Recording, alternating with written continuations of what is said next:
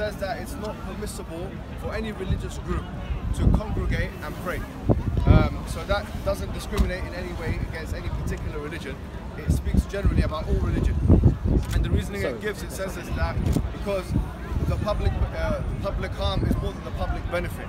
So what we have to do, after discussing it with the people, this is what we've come to.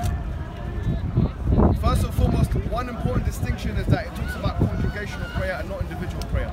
So if you look at the regulations in the Royal Park, it says that you're not allowed to congregate for religious purposes, i.e. worship. So that's congregational prayer and not individual prayer. So if anyone is in the Royal Parks, according to my knowledge, until I'm corrected, and who wants to pray individually, whether they be male or female, whether they be Muslim or Muslim, and they want to pray individually, there should be no restriction to do that. So if anyone wants to pray individually in Speaker's Corner, aside Speaker's Corner, on the grass, anywhere, that's individually, that can be done according to the regulations. However, praying in congregation, here is a problem because the regulations are put in place for a reason. And as Muslims, we have to be respectful of that, especially considering that we have available resources elsewhere, especially around the area. So what we want to do is we want to publicly declare that we want to be in line with the police policy, or sorry, the Royal Park policy of no congregation in Speaker's Corner, and that from our level we're not going to try and go against the regulation because this is not from the Islamic spirit. In fact, one of the ahadith of the Prophet Muhammad ﷺ, which is mentioned in Tirmidhi, is when he talks about 6 or 7 things which places you're not allowed to pray in. One of the places is a tariq, so the place of where people walk. And of the people who do sharh of this hadith or explanation of this hadith, they say the reason why we don't do it in this place is because it causes hassle for other people. So as Muslims, we don't want to cause hassle for Muslims or other non-Muslims.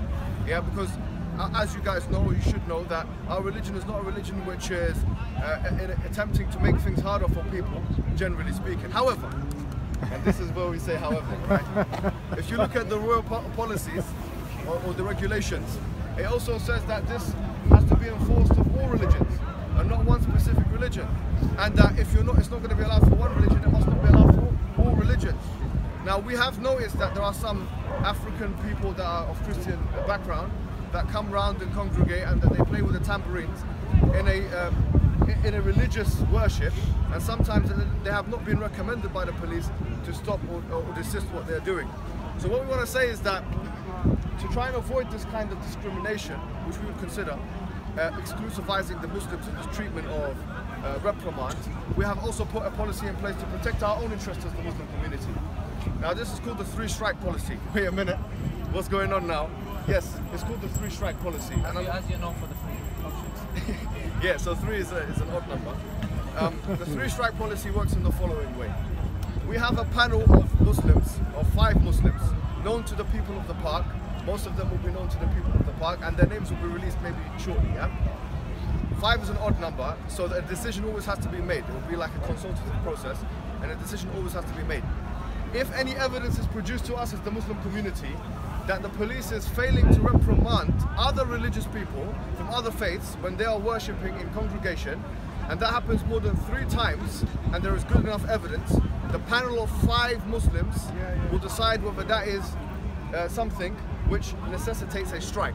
If it happens 3 times, then we will go back to protesting in the form of praying in the corner. Why? Because we would say that in this case the police is discriminating against the Muslims, and they're not doing something which is in the interest of the wider community, and in fact they're exclusivizing the Muslims in discriminatory actions. However, we hope that this doesn't happen. We hope that the police doesn't go down that route, because obviously there is an institutional racism attached to, or a stigma of institutional racism already attached to the police after Stephen Lawrence and these things, especially the black community, and this will only exacerbate the already existing hate within minorities for the police. So this won't happen. I'm sure the police won't go down that route. So just to show that we are an independent, autonomous community of people, we will not tolerate also, just as we will not tolerate Muslims, we will advise Muslims not to pray in congregation because that is against the regulation of the park. We also not tolerate a discrimination of Muslims in the park. And I don't think anyone from a democratic perspective, an Islamic perspective, a Christian perspective, a Jewish perspective, or any other perspective, would be able to disagree with what we're saying here and now today. And this is what we have decided. I think that generally speaking, as Muslims, we need to work on building bridges with other communities, but other communities also need to work on understanding and building bridges with Muslims. This is the decision that's been authorized by many of the, let's say, senior people of, from the Muslim Committee of Speakers Corner. Do you have anything to add to that? Yeah, the one thing I just wanted to point out, and I'm sure you covered all of it, is that we have in the park hate preachers, yeah? Very clear-cut hate preachers. And when you need to understand something, brothers and sisters, is that when this is being enforced, it's not being enforced because a policy, regulation in the park has been violated. Wallahi, it's not that. Be very clear that this was not done because there was a policy that was being violated. It wasn't.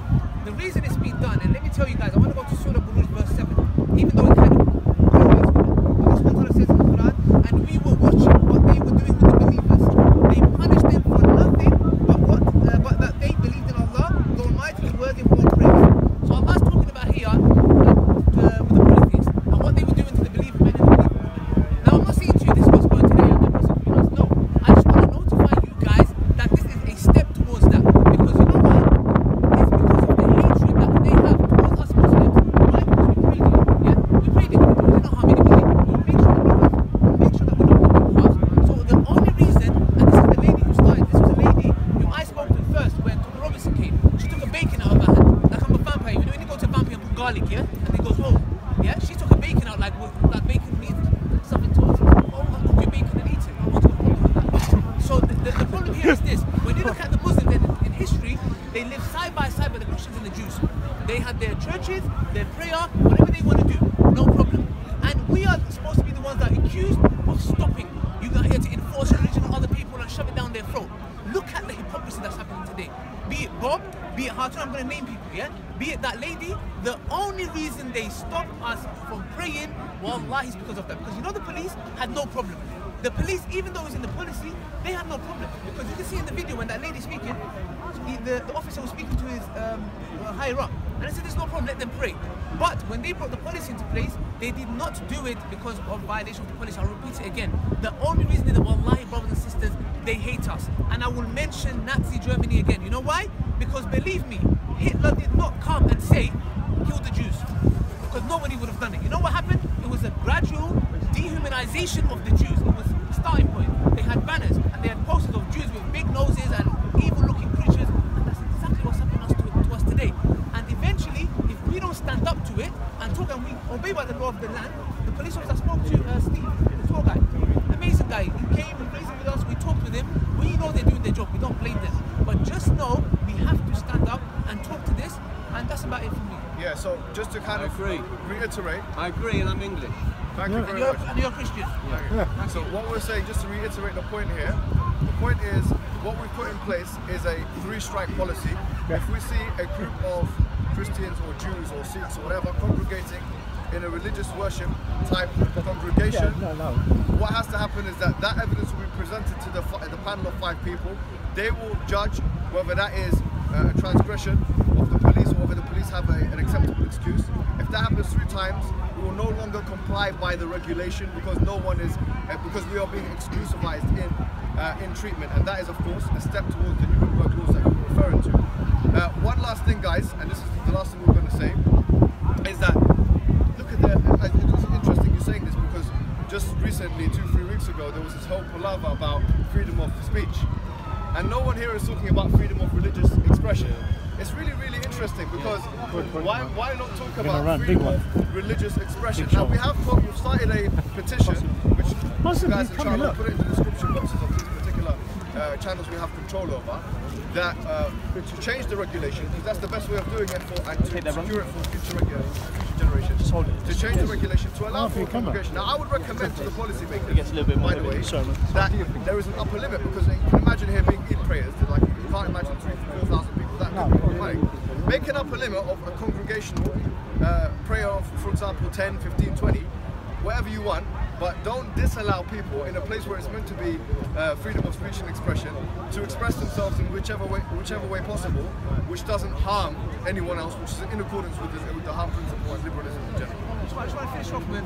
Those who kind of stopped us from doing this, don't think that you've done nothing. You know what you've done? Because we can have conversations further down, and every step we take towards our salah is reward for us. So to be honest, don't think you've done something. The only reason we're mentioning this is because we know your hatred is going to grow, and we just want to put a stop to it. Any questions? Yeah, go ahead. Yeah.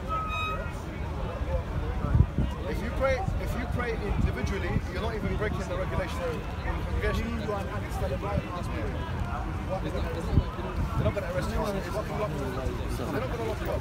Yeah, so the consequences, as far as I know, there are no particular consequences. I don't want to put this one.